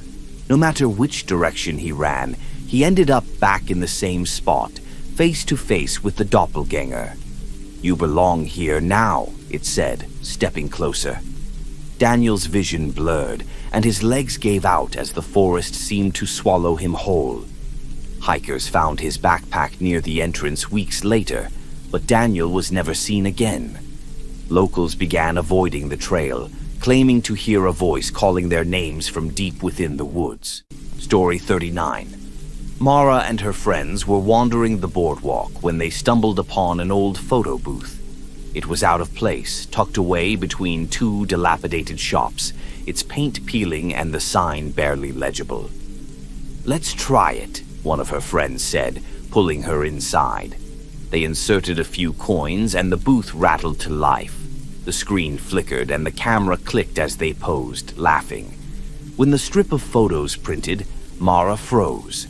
The first 3 shots were normal, showing her and her friends smiling and making funny faces. But in the 4th, a shadowy figure stood behind them, its face obscured. "Did you see anyone come in?" Mara asked, her voice shaking. Her friends shook their heads. They laughed nervously, chalking it up to a glitch, and decided to take another set of photos. This time, Mara felt cold fingers brush against her shoulder as the camera clicked. When the new strip printed, the figure was closer, its face partially visible, a pale, hollow visage with dark, sunken eyes. Terrified, they left the booth and ran down the boardwalk. Mara couldn't shake the feeling of being followed. That night, as she lay in bed, her phone buzzed with a notification. It was a photo. Her phone screen displayed the last frame from the photo booth. The figure was standing inches behind her, its hand reaching for her neck. The next morning, the photo booth was gone, leaving behind only a faint outline in the dirt. Mara's friends tried to contact her, but she didn't respond. Her apartment was empty, except for a single photo strip lying on the kitchen counter. In the final frame, Mara was gone, and the figure stood alone, staring out of the frame. Story 40. Maggie had lived in her small town her entire life, yet she'd never noticed the house on Elm Street before. It was an imposing Victorian structure, its peeling paint and sagging porch giving it an air of abandonment. Curious, she asked a neighbor about it. The older woman frowned. "What house?" Maggie pointed toward Elm Street, but when she looked again, the house was gone, replaced by an empty lot overgrown with weeds. That night, as she walked home, Maggie saw the house again. Its windows glowed faintly, and the front door was ajar, swaying gently in the wind. Drawn by an inexplicable pull, she stepped onto the creaking porch. Inside, the air was thick and musty. The furniture was covered in sheets, and cobwebs hung from the chandelier. But it didn't feel empty. She could sense eyes watching her from the shadows. She found a photograph on the mantel, a family standing in front of the house. Her breath caught when she recognized herself in the photo, standing among strangers. The sound of footsteps echoed upstairs. Maggie froze, her pulse racing. "Hello," she called, but no one answered. Against her better judgment, she climbed the staircase, each step groaning under her weight. At the top, she found a bedroom filled with toys and a single bed draped in dusty linens.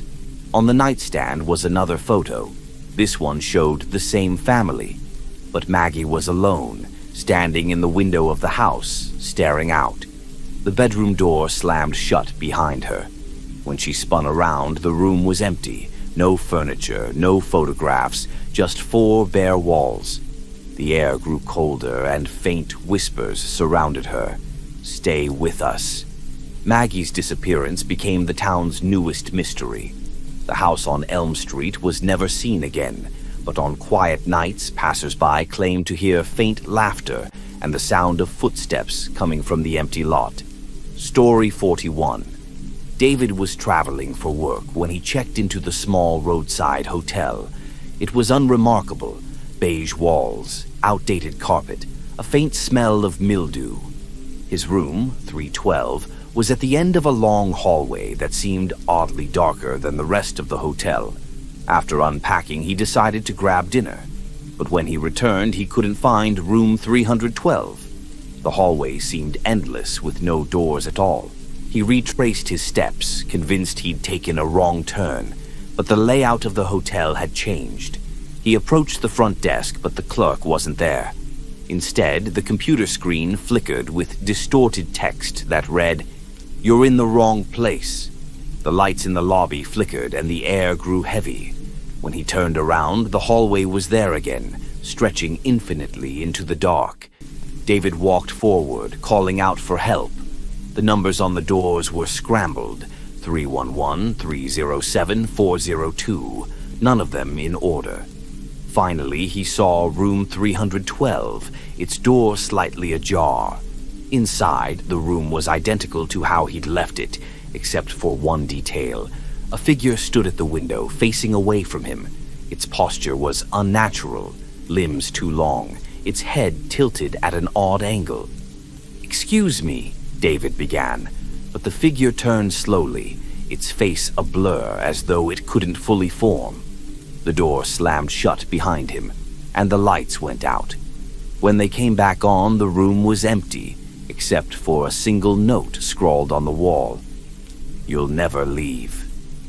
The next morning, the hotel staff claimed room 312 had never existed. David's belongings were found in an empty, unfinished wing of the building. His car remained in the parking lot, but he was never seen again. Story 42.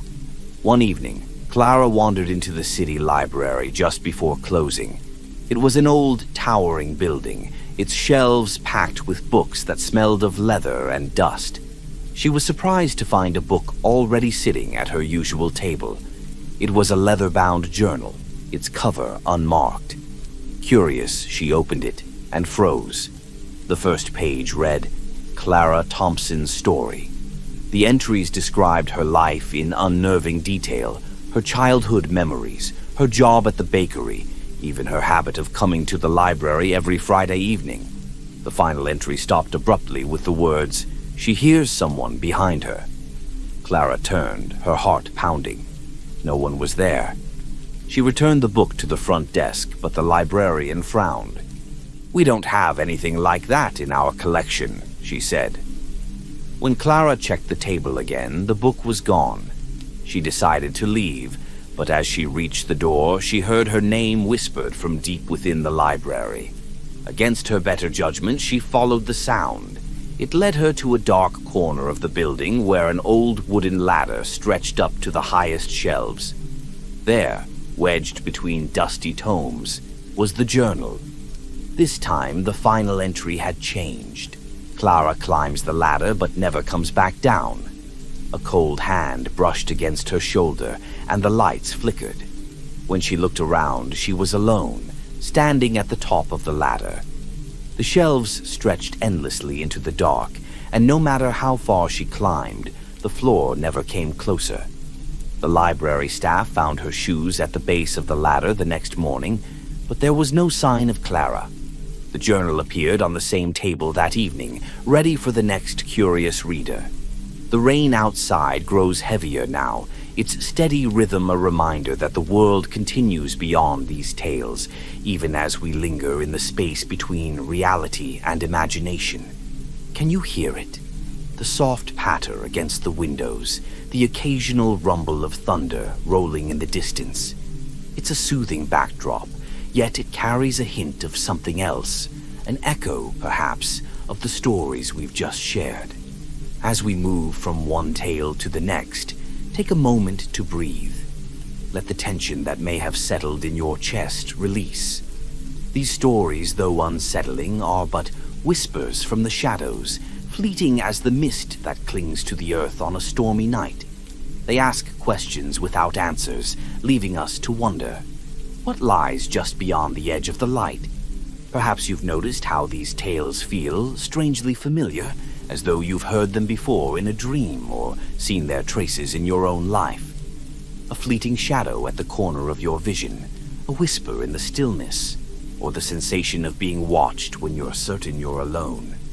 These moments connect us to the unknown, to the unspoken mysteries that linger in the quiet spaces of our world. Let the rain be your anchor. Its steady rhythm grounds us as we drift deeper into this exploration of the eerie and the unexplained. Imagine it washing over you, carrying away the unease while leaving behind a quiet curiosity. We've wandered through haunted halls, endless staircases, and forests that echo with familiar voices.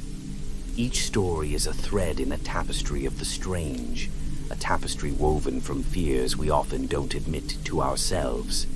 But, as unsettling as they may seem, there's comfort in knowing we're not truly alone in these musings. Someone else has thought these thoughts, felt these chills, and wondered what might be waiting in the dark.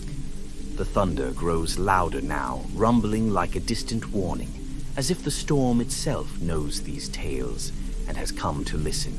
Let it lull you deeper into this moment, a cocoon of sound and story that wraps around you like a protective shroud. You're safe here, in this space where shadows speak, and the rain whispers secrets only you can hear. Think about the stories still to come, each one waiting patiently to be told. They may be hiding just beyond the next door, waiting at the edge of a lonely forest, or flickering in the light of a single candle. They call to us, not with fear, but with intrigue, inviting us to explore their mysteries and confront the strange beauty of the unknown. So, close your eyes if you wish. Let the rain be your guide as we move forward, deeper into the shadows. The stories ahead are ready to reveal themselves, like letters unfolding in the night, written just for you.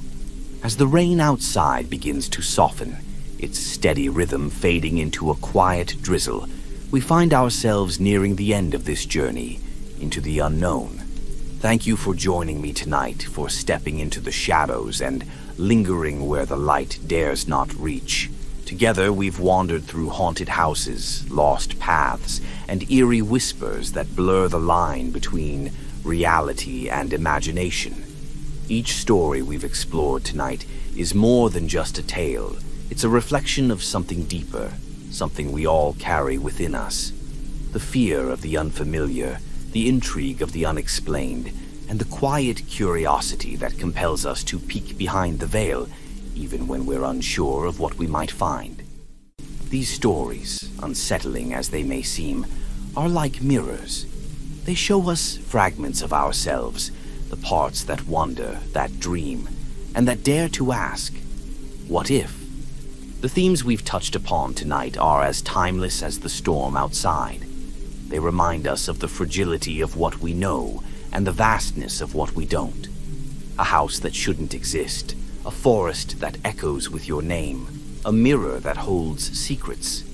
It's easy to dismiss these as fiction, but isn't there a part of you that hesitates, even for a moment? A part that wonders if these tales are simply too strange, too specific, to be entirely made up? Perhaps that hesitation is the point. It keeps us curious, reminding us that the world is more than what we see. It's layered, textured, full of mysteries we may never fully unravel. And isn't that what makes it beautiful? The unknown isn't just a source of fear, it's also where possibility lives. As you prepare to leave this space and return to the comfort of your own surroundings, I encourage you to hold on to that curiosity. The next time you hear a strange sound in the middle of the night, feel a chill in an empty room, or sense that someone is watching, don't be afraid. Instead, let yourself wonder, what story could this moment be telling? Who or what might be lingering just beyond the edge of your awareness? And if tonight's stories have stirred something in you, I invite you to share. Have you ever experienced something unexplainable? A moment when the world didn't quite behave as it should? Leave your story in the comments below. You never know who might read it and find themselves saying, I thought I was the only one. As we bring this storytelling session to a close, I'd like to take a moment to thank you for listening. Whether you're here for the chill of the unknown, the soothing rhythm of the rain, or simply to drift off to the sound of these tales, your presence means everything. This space wouldn't exist without you, and it's your curiosity and imagination that bring these stories to life. If you've enjoyed tonight's journey, I encourage you to stay connected. Subscribe to the channel to ensure you don't miss our next storytelling session. There are countless more tales waiting to be told, some strange, some eerie, and some that may leave you questioning the world as you know it.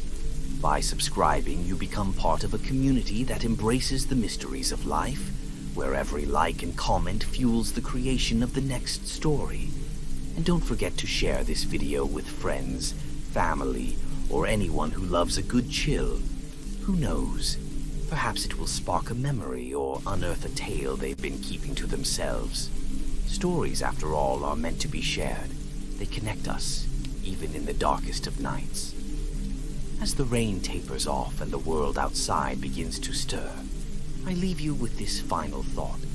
The unknown is not something to fear, but something to embrace. It reminds us that life is vast and full of surprises. It invites us to be curious, to explore, and to imagine. And though tonight's journey has come to an end, the stories don't stop here. They continue in whispers, in dreams, in the quiet corners of your mind where curiosity meets the unknown.